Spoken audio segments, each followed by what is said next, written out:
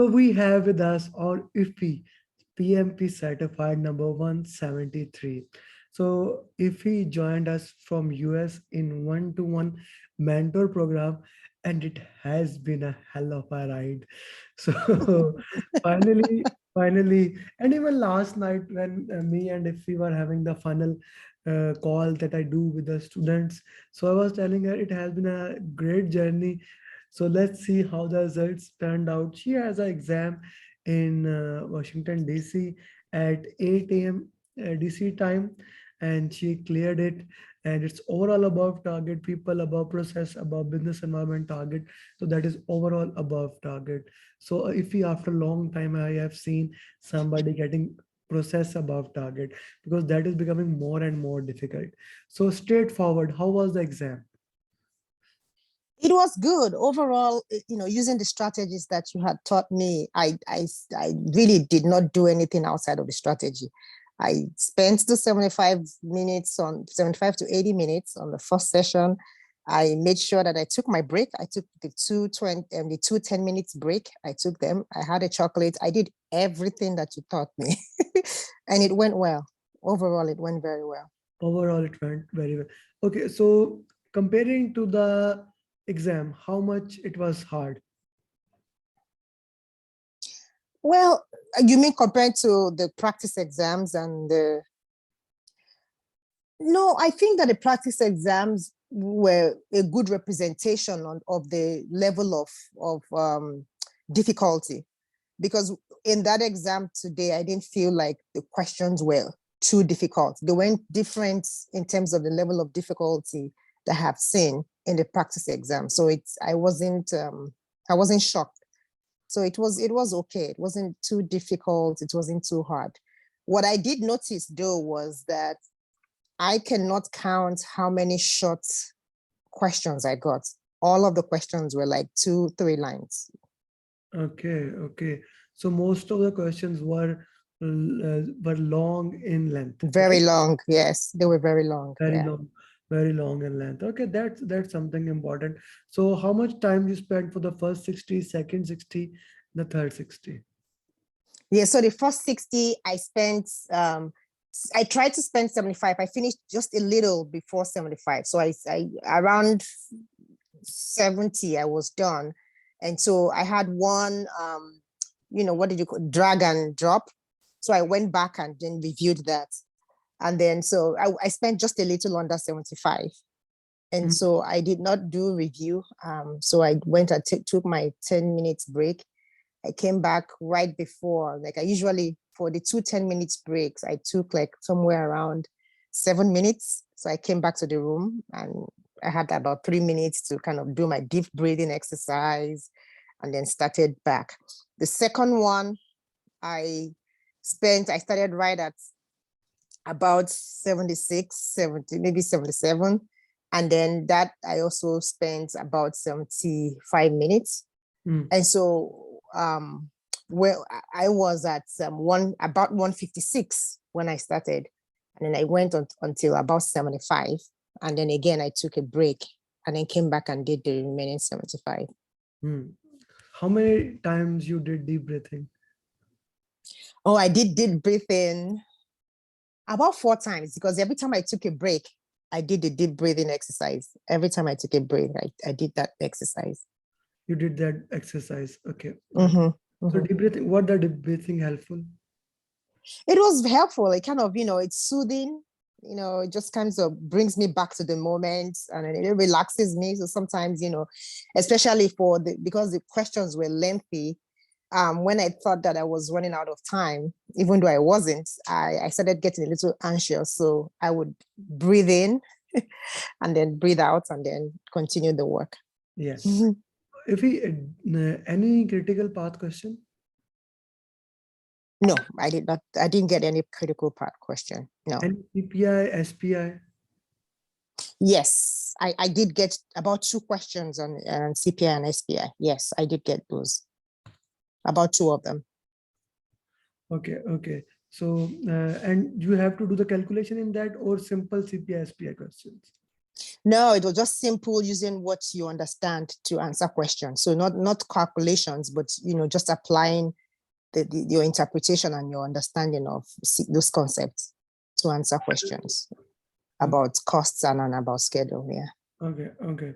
So that was okay. Which area of the exam was more dominant? People, process, which was more dominant in that? I thought there was quite a lot on people. For me, there was quite a lot on people, and then second was process, but quite a lot on When people. you talk about people, this means stakeholder, communication, and team. Yes. It's a lot about stakeholders. There was quite a lot about stakeholders, about engaging stakeholders, about what to do with around concerning engaging of stakeholders, knowing what to do first, knowing what to do, prioritizing your actions with stakeholders. And there was quite a lot again about team dynamics and what you as the project manager would do. And there was again still under stakeholders quite a lot, under team quite a lot about having issues in the team and how to resolve the issues. Okay. So if we put it in the context of the preparation, stakeholder communication team still hold that much important. How many drags and drop you got?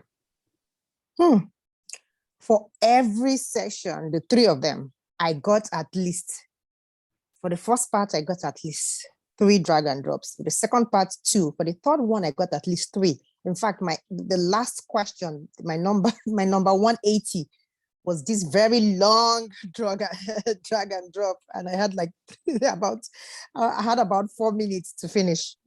But it was okay. It was pretty simple. It was just a lot, but it was simple. It was just. Did you follow that methodology that we discussed about drags and drop? Put the drags and drop in the last and do it? Yes. Are you following the flow? That's what I did. But for the first, in the first session, the drag and drop was, I looked at it. It was pretty easy. I did it. But when I met the complicated ones, meaning the ones that had more things and that needed more of my time, I just, kind of flagged it for review and then went back after that section to do it. Okay, that makes sense actually, how you work into the context of that. Okay. So which of the area, first, second, or third, which domain was more difficult?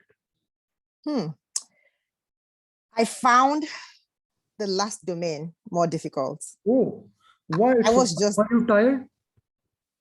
Maybe I was tired. I don't think I was, for me, I think the questions that I generally find a little difficult is, when I feel like there are quite a number of, answers that look correct to me. So all I started doing was trying to do, I started using the striking button, right? So I started, eliminate. I was doing it before, but now I was more intentional. I was actually striking it off using that button because they have a strike button on the dashboard. I was striking out the answers, and then when I strike about 3 or 4 of them, I'm left with 2, and then I made a decision that way. So I felt that I was having to do that for all the questions in the third category. So I thought that was a little harder because I became a little more intentional about elimination. Okay. So that's an interesting thing to put in the context, and that's an interesting thing how you can work into that particular domain, especially when you are working in that area. Okay, so how many questions were multiple choice with multiple options? It wasn't a whole lot. So about out of the 180, I would say about 6. I didn't see a whole lot of choose 2 that are correct. No, I didn't see a whole lot. It was about 6. Yeah. Any questions with fill in the blanks? No, I didn't get any. Any true, false, or graph questions? No, I didn't get any graphs. Okay. I didn't get any. Any question on Sun model or MBTI? No, I didn't get that. So a more precise question, anything that we haven't studied? No. Everything there I had come across in one way or the other. There was nothing that was new to me. that that on the test. that's Mhm. a great thing. So if we were to, why it took us so much time to do PMP?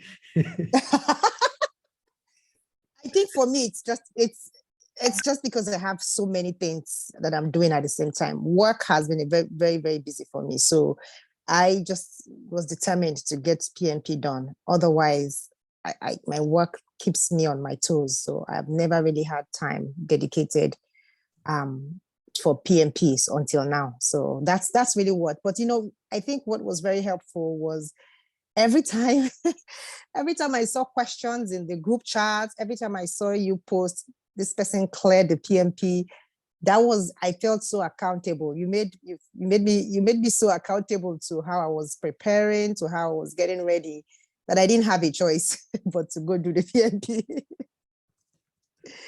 That is good. That is good to know how this has turned out and how that has helped you in the multiple phases. And I'm really proud of you that even we had our lows. We really had our lows.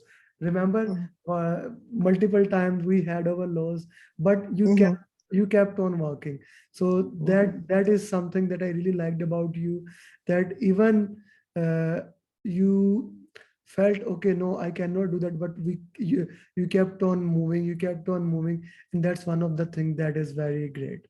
So anything that you would like to add to anyone, anything that you think that other PMPS parents should know, what will you add here?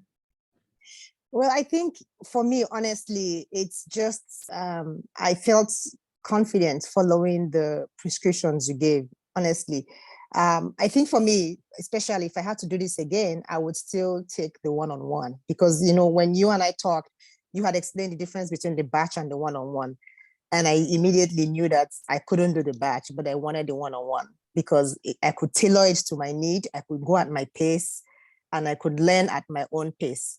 And I think that's what the PMP, that was what this whole program did for me. I was learning at my pace. In terms for aspirants, I think, continue to just do what you tell them to do. That's exactly what I did, even for the exam.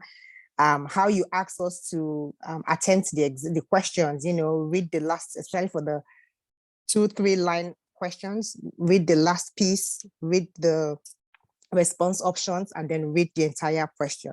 That was all the strategies was what I used. And I think that was what helped me. So Thank just pretty much using your strategies. It how works. how much coaching calls were important for PM? Oh my God, the coaching calls are very important. I think that the biggest part for me for the coaching call was there are so many things that even when you study, you don't necessarily, it doesn't stick until you're in a coaching call and you try to attempt it, and then you then explain it to us in real time. So at the times when I've answered question and I've answered it incorrectly, having that opportunity to discuss it real time with you helped me to kind of internalize the answer and to understand the concepts. I think the coaching calls are very, very helpful. Yeah. And with every topic you did, which you called homework, I called lesson learn.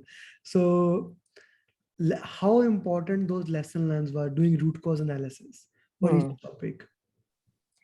For me, root cause analysis were really, for me, that's really how I learned the materials, because every time I finished the exercises and I went back and looked at the things that I didn't do correctly, I was learning a whole lot. So the root cause analysis really helped me, especially for the way that you ask us to, for all the questions we're answering, to be able to justify the answers. So using that whole methodology, here's a question, this is why I think this is correct, this is why I think the other options are incorrect. And then just using that analytical process throughout the all of the questions I attempted. I think that for me, the root cause analysis was how I learned the material. Yeah, yeah. So that is great. That is great. If you remember, when I shared you a long time ago when you joined the program, I shared you the code and you asked for a discount. And I told you there is, you remember that? I told you there is no discount. I, There is no discount in the program. It is just in the website way. So do you think there should be a discount in the program? No, I don't think there should be a discount. But you know what I've learned even from that? When you said that, it's actually made me really want to then go do the program because you were so confident in what you had to offer. But then when I started the program, the one-on-one with you, I said learning the materials, it made sense why it had to stay that way. Just learning the whole concept of being a good project manager, the value that you have to offer, and how to make yourself competitive in the market. It just made a lot of sense to me. So I learned, and then I was good. It was good. Okay, thank you, Ifi. Thank you very much. And now, one a very important thing I would like to add here is that each one teach one. The mantra you have been. You remember the day Aarti cleared, and you immediately asked, "Can I talk to her?" You see, I remember Uh-huh. almost everything. But throughout the journey, few things I can share here, few things I cannot. Of course, can Mm-hmm, share here. mm-hmm. So with Aarti, you immediately said, and that was Aarti is part of each one teach one. It's Yeah. always like when a female cleared, when a working woman cleared, when a working mother cleared, other working mothers, and we have in batch six 5 to 6 working mothers, and Mm-hmm. so it always motivate them, and they want to actually talk to you or other That's certified right. PhD, or you are in the group. So I hope whoever comes in any way, you can help other PMP aspirant, and you can work with them to make them certified PMP in the same sense as the other PMPs have made you. Absolutely. And Artie was there with me the day I went to her and asked her questions. She answered all my questions, everything. So yes, I'm definitely ready to pass it forward. Thank you, Effie, and it has been a great journey. So best of Thank you, Amer. your endeavors, and let's keep moving forward. Thank you very much. Thank you so much. I appreciate it. Thank you.